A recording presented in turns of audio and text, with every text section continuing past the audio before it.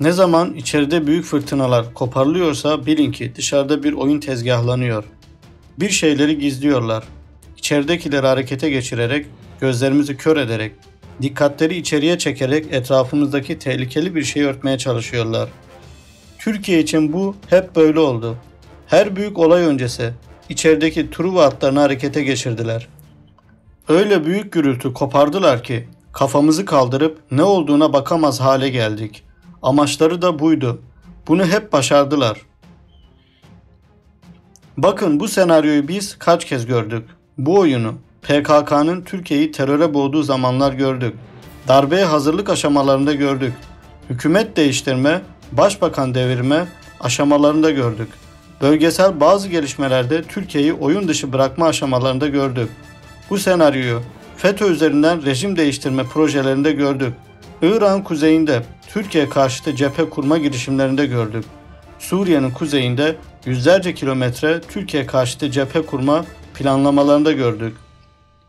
Bu senaryoyu İran sınırından Akdeniz'e bir işgal cephesi kurma çalışmalarında gördük. Türkiye'nin güney sınırlarını, kapılarını tamamen kapatma çabalarında gördük. FETÖ üzerinden içeriden darbe, dışarıdan müdahale girişimlerinde gördük. Şimdi yine deniyorlar. Çakallar gibi, sırtlanlar gibi yine saldırıyorlar. Her senaryoda Türkiye içinde karışıklık çıkarıldı, terör yapıldı, ekonomik saldırılar yapıldı, siyasi bunalım çıkarıldı, milletin kafasını karıştıracak bir plan mutlaka içeriye servis edildi. Akıl almaz yalan ve kurgularla zihinler ifade edildi, gözler kör edildi. Şimdi yeniden deniyorlar. Siyasi partiler, terör örgütleri ittifakı cephesiyle içeride büyük bir bunalım çıkarmaya çalışıyorlar. Akil sandığımız, öyle bilinen ama sonradan birer Truva atı olduğunu öğrendiğimiz adamlar da bütün kitleleriyle bu yeni senaryo için seferber oldu. Siyasi ajanda görünümünde, iç iktidar mücadelesi görünümünde alabildiğine Türkiye'ye saldırmaya başladı.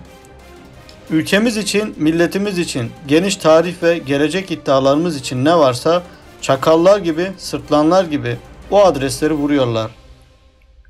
Türkiye'yi yormak, durdurmak, küçültmek orta kuşak depremi bu. Böyle bakınca dışarıda tehdit aramaya gerek bile yok. Hepsi içeride yapılması gerekeni zaten yapıyor. Dışarıdan işgal hariç. Türkiye'yi yormak, zayıflatmak, durdurmak, hatta küçültmek için her tür silahı kullanıyorlar. Siyasi ittifak adı altında terör örgütleriyle bile ortaklık kurdular. Daha ne olabilirdi? Ama iş çok daha büyük. Çünkü Türkiye sandığımızdan çok daha büyük. İçeridekilerin algılayabileceğinden çok daha büyük. Çünkü Türkiye sadece Anadolu değil. Çizdiği gelecek haritası sadece Türkiye kadar değil. Yüzyılların tarihi ve birikimiyle büyük bir gelecek inşa ediliyorsa bu bütün coğrafyayı sarsacaktır.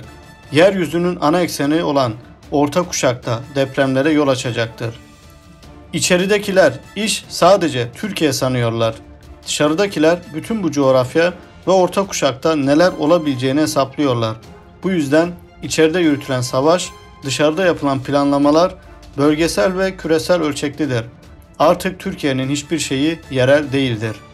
Hatırlayın, İran sınırından Akdeniz'e bir harita uyguladılar.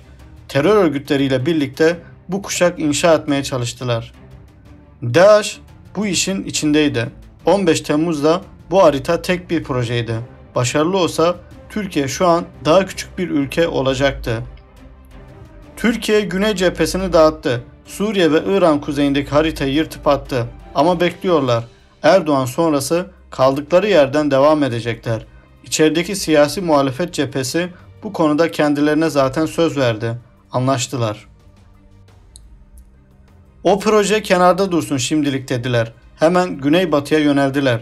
Dünyanın bütün donanmasını, enerji şirketlerini, bütün batılı ülkeleri, bazı bölge ülkelerini Doğu Akdeniz'e çağırdılar. Türkiye'yi hedef alan enerji merkezi yeni bir çevreleme planladılar. Türkiye buna da direndi. Şu ana kadar Akdeniz'de hiçbir proje uygulanamadı. Uygulanamayacaktı da. Onlarca anlaşma yaptılar. Bir adım ileriye gidemediler. Ancak burası için de Erdoğan sonrası sözleri verildi. Siyasi muhalefet terör örgütleri cephesi batıya, İran sınırından Akdeniz'e, oradan Doğu Akdeniz'e kadar Türkiye'yi çevreleme projelerinin tamamına destek vereceklerini, karşılığında kendilerine içeride iktidar verilmesini istediler. Ahlaksız, çirkin bir pazarlık yaptılar. Tarih böyle bir ihanet görmedi. Şimdi asıl konuya gelelim. Dede Ağaç'taki askeri yığınak aşağılamadır, çok büyük tehdittir. Erdoğan sonrası güvencesini alan ABD, Avrupa ve İsrail cepheyi çevrelemeyi batıya kaydırdı. Ege adaları silah deposuna dönüştürüldü. Yunanistan garnizon devlete dönüştürüldü. ABD, Avrupa ve İsrail bu ülkeye korkunç derecede silah yığmaya başladı. Kıyılarımızın sıfır noktasında, sınırımızın 20 kilometre yakınında askeri üsler kuruluyor, yığınaklar yapılıyor. Dede Ağaç'taki yığınak bu ülke için faciadır, aşağılamadır, büyük tehdittir. İran, Akdeniz hattında ne yapılıyorsa Ege, Yunanistan'da aynı şey yapılıyor. İşte şu an içeride estirdikleri fırtına, çıkardıkları gürültünün tek sebebi bu askeri hazırlığı dikkatlerden uzak tutmaktır. Bunun siyasetle, seçimle ilgisi yok. Türkiye'nin varoluşu tehdit altında. Uyanın. Rusya, Yunanistan'daki hazırlık için uyarıda bulunmuş. Bir nebze haklılar çünkü Polonya'dan güneye, Romanya, Bulgaristan, Yunanistan, Ege ve Akdeniz'e uzanan kuzey-güney hattı doğu-batı sınırı olarak çiziliyor. Doğu-batı cephesi olarak hazırlanıyor. Ama bu tehdit doğrudan Türkiye ile ilgili. Batı kapısında büyük yığınak var ve bu açık bir şekilde Türkiye'yi hedef alıyor. Ege'de kurulan cephe neyse içeride kurulan cephe aynı. Birlikte çalışıyorlar. Bunun demokrasiyle, seçimle, siyasi ittifaklarla, hükümet değişimiyle, kimin ne kadar oy aldığı ile alakası yok. Bu açık ve net bir şekilde Türkiye'nin varoluşu ile ilgili bir durum. Erdoğan varken bunu yapamazsınız. Devirin, istediğinizi alın dediler. İçeride siyasi parti terör örgütleri ortaklığı güneyde cephe kuranlarla nasıl ortak çalıştıysa batıda cephe kuranlarla da ortak çalışıyor. FETÖ ve PKK nasıl onlarla çalıştıysa şu an aynısını siyasi partiler yapıyor. Onlara Erdoğan'ı devirin, bunların tamamını alacaksınız dendi. Onlara içeride iktidarı bize verin, bu projelerin hepsini size taahhüt ediyoruz dendi. Erdoğan varken yapamazsınız. Şimdilik dondurun. Biz gelince istediğinizi alacaksınız dendi. Onlar da içerideki siyasi partileri FETÖ ve PKK ile ortak çatı altında topladı. İktidar sözü verdi. Erdoğan'ı devirme sözü verdi. Tarihimiz böyle bir ihanet görmedi. Böyle alçakça bir pazarlık görmedi. İçeride korkunç bir fırtına estiriliyor şimdi. Ekonomik saldırılar, itibar suikastları, milletin zihinlerini ifade etmeye dönük yalan ve kurgu senaryoları tamamen bu pazarlığa bağlı uygulanıyor. Siyasi tarihimiz korkunç ihanetler gördü. Ama böylesine tarih bile tanık olmamıştır. Tamamen vatanı satma, küçültme üzerine bir pazarlık yapıldı. İki türlü senaryo var. Birincisi seçimle devirme. Bütün Batı bunun için çabalıyor. İçerideki bütün söylem ve kurgular birlikte yürütülüyor. Muhalefete açık destek, açık talimatlar yağdırılıyor. İkincisi seçim dışı devirme. İşte asıl pazarlık burada. Asıl vahamet burada. 15 Temmuz'da bir şeyi eksik bıraktılar. Şimdi Dede Ağaç'taki askeri yığınak işte bu eksikliği gidermek için. Seçim dışı hazırlık. Dede Ağaç'taki ABD askeri sınırı geçecek. Seçimle deviremeyeceklerini anladıkları anda 15 Temmuz benzeri bir müdahale yapacaklar. Bu sefer Dede Ağaç'tan ABD askerleri, Batılı askerler sınırı geçecek. Türkiye'ye girecek. İçeridekilere destek olmak için dışarıdan müdahale yapılacak.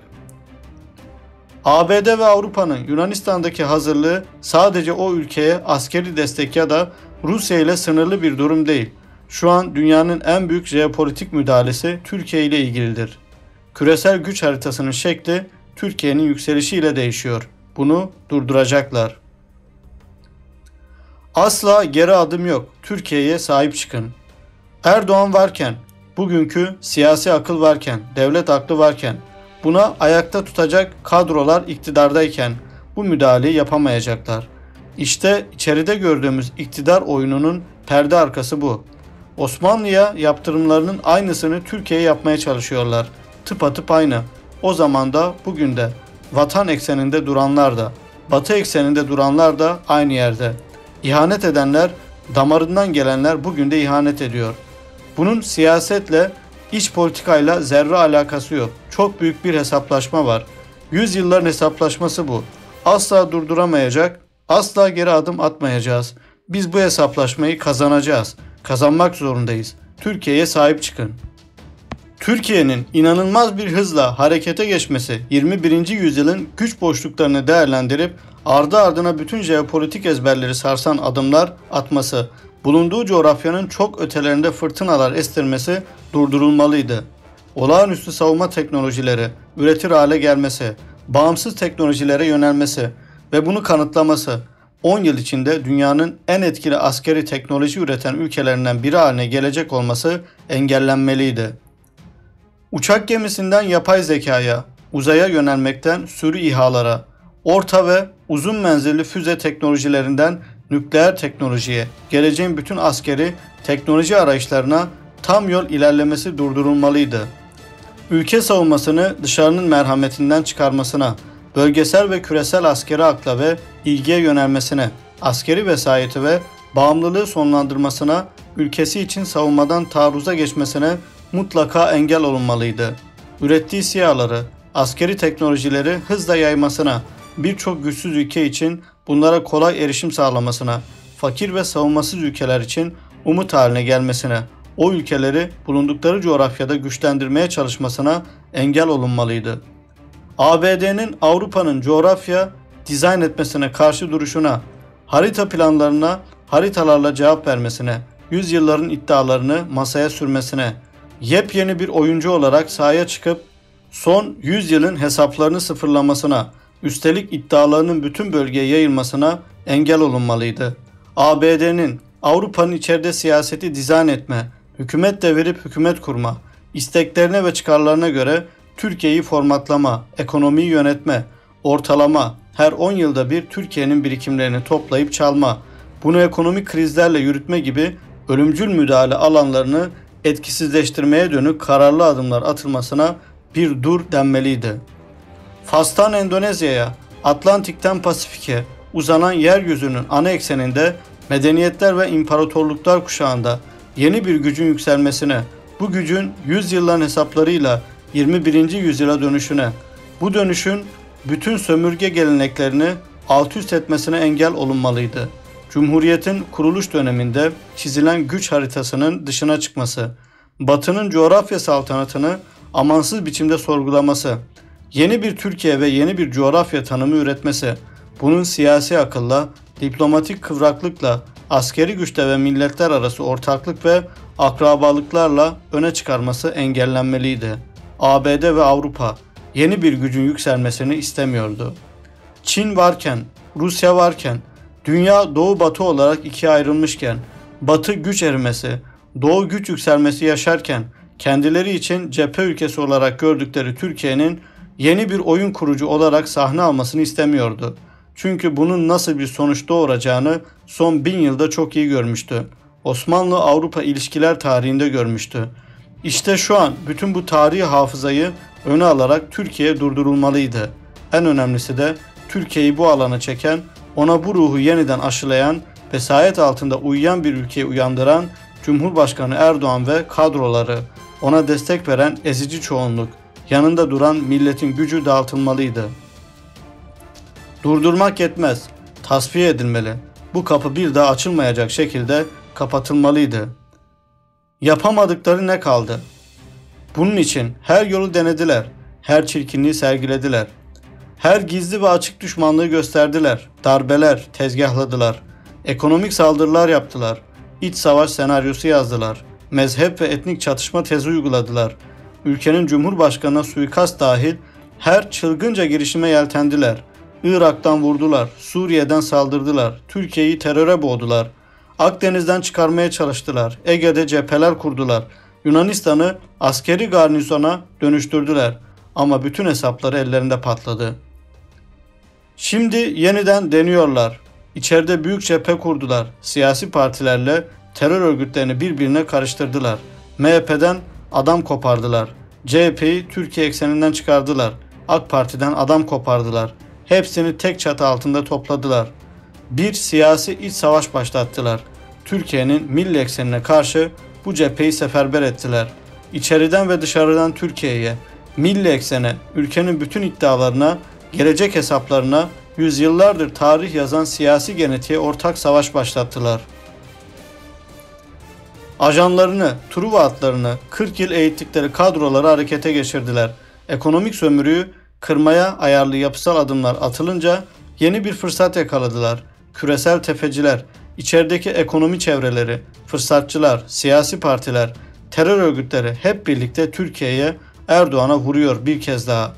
Bunu da milleti cezalandırarak, kışkırtarak, sıkıntılarını istismar ederek, tahrik ederek yapıyorlar. Burası çok önemli.